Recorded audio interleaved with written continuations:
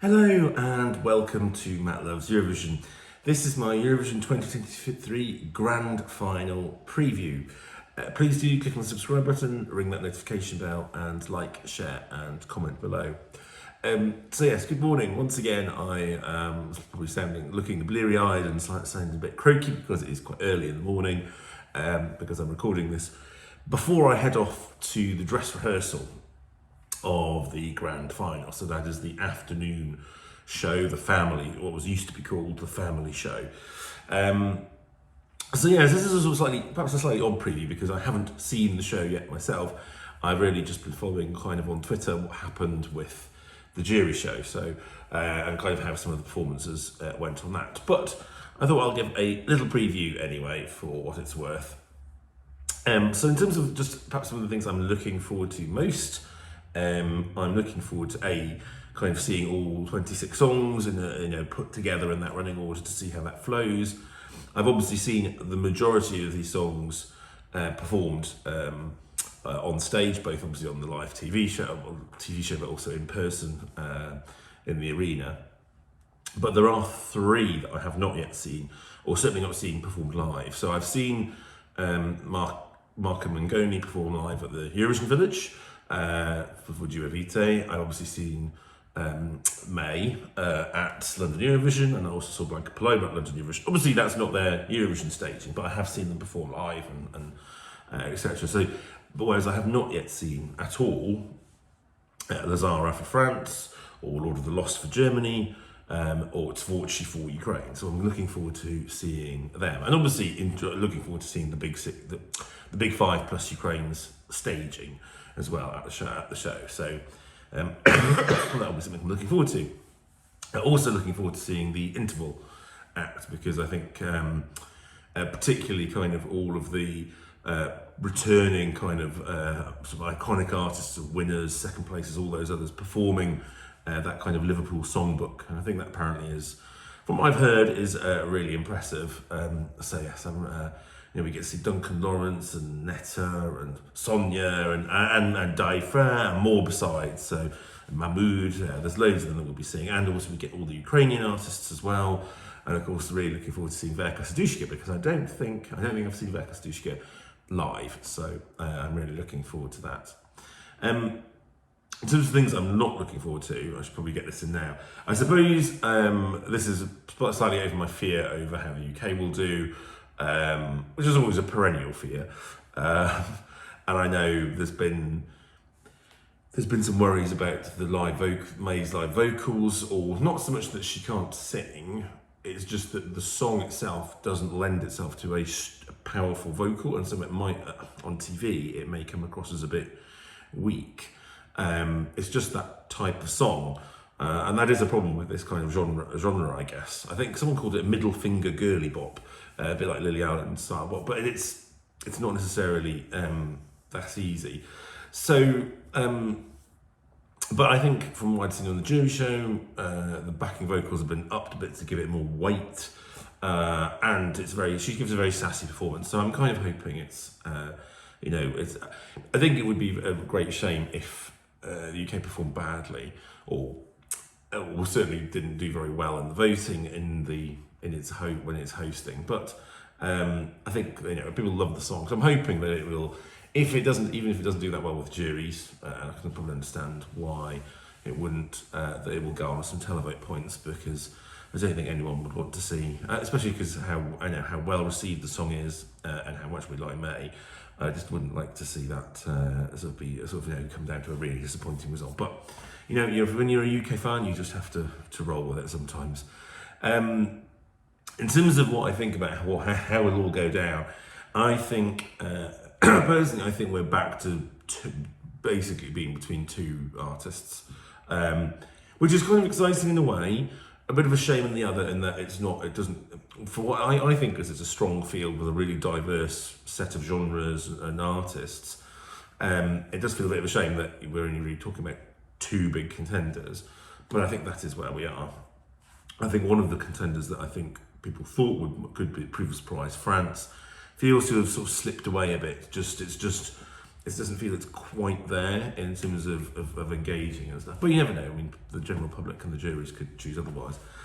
So I think, yes, it's very much down between Sweden and Finland. Sweden, Lorraine, previous winner with the iconic Euphoria, is an overwhelming, in the betting odds, is an overwhelming favourite. I don't personally think that she is or should be an overwhelming favourite to win based on the song and the performance of the, versus of all the others. But again, that's where we are with betting. People know the name, and people, obviously, when non-Eurovision people ask Eurovision people, who's going to win, they'll go, oh, well, it might well be Sweden, and so people put bets on. So,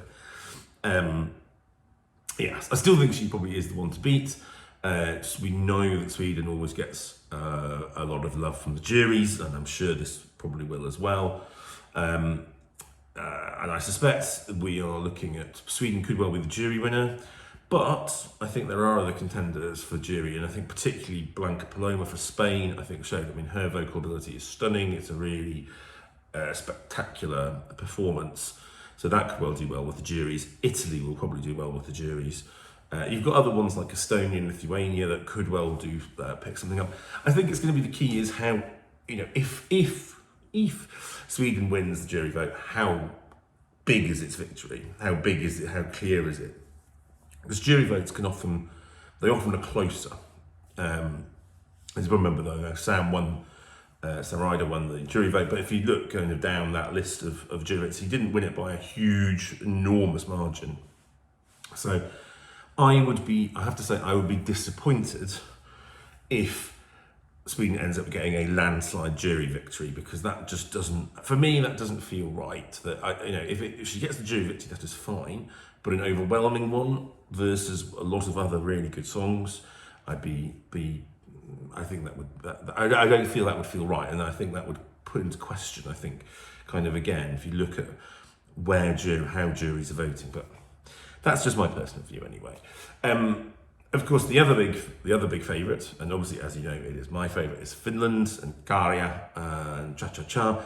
That has had he is so charming and has had such an effect on the Eurovision bubble.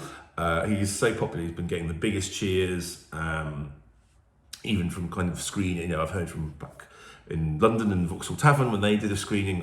Käärijä got the biggest cheer when semi-final won.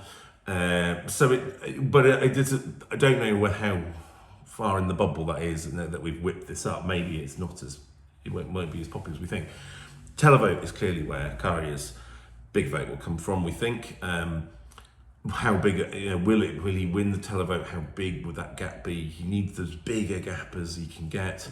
Croatia being in the final and being in 25th position could prove problematic, because I'm sure there will be people that will vote for Croatia that might have voted for Finland. But I think there'll still be a lot of people that will vote for Finland over Croatia and have it as their favourite. It's just whether or not how big that gap is, and then how is he treated by the juries. The juries don't always treat things like rap badly. They often sometimes mark that up, but there are other elements in Cha Cha Cha that you would think that they probably wouldn't vote. They didn't like Moldova last year, and they didn't really like Kaino either. So some of these really ones that are very popular haven't done so well in the juries. It's whether or not he can be popular enough to outweigh to then combine with a televote. I think it's potentially is going to be close. And obviously I would really love to see Käärijä win, because he's such a character. It's such a different song as well. But it may be a landslide to Sweden. Who knows? I think what we will do, we will probably quickly know whether it's going to be potentially close or whether it's going to be Sweden, because we'll see how the jury votes go. If Sweden is getting lots of jury points and Finland is not getting very many, then I think it's probably you probably then think if this is probably too much for a televote to overturn, potentially. So we may well know kind of midway through the juries whether or not what the victory is going to be. But I'll be interested to see. But it's going to be interesting, I think. But I do hope that everyone everyone enjoys it. It is such a marvelous experience. It's been wonderful to be here in Liverpool as well. There's just been almost too much to do, really. There's just been so full on. So we've only done a small fraction of what we probably could have done or would like to have done. But we've had a thoroughly good time, and I will probably post some more reflections in due course about kind of the feeling of the whole week and how I felt how Liverpool has gone in terms of a contest. And I will, of course, do some thoughts on what happens in the grand final tonight as well in due course. Probably give it a couple of days. I've got to travel back up home tomorrow, well into the afternoon though, so I get plenty of rest before I do that. Yes, but I shall probably post that again later on in the week to see and try and stave off those inevitable feelings of post-Eurovision depression, as I'm sure you will probably be trying to stave off PED as well. So, whatever you're watching the show, whatever you're doing for it, I hope you really enjoy it. I hope your favourites do well, or if not, just give the give their best of themselves, even if the votes don't go for them.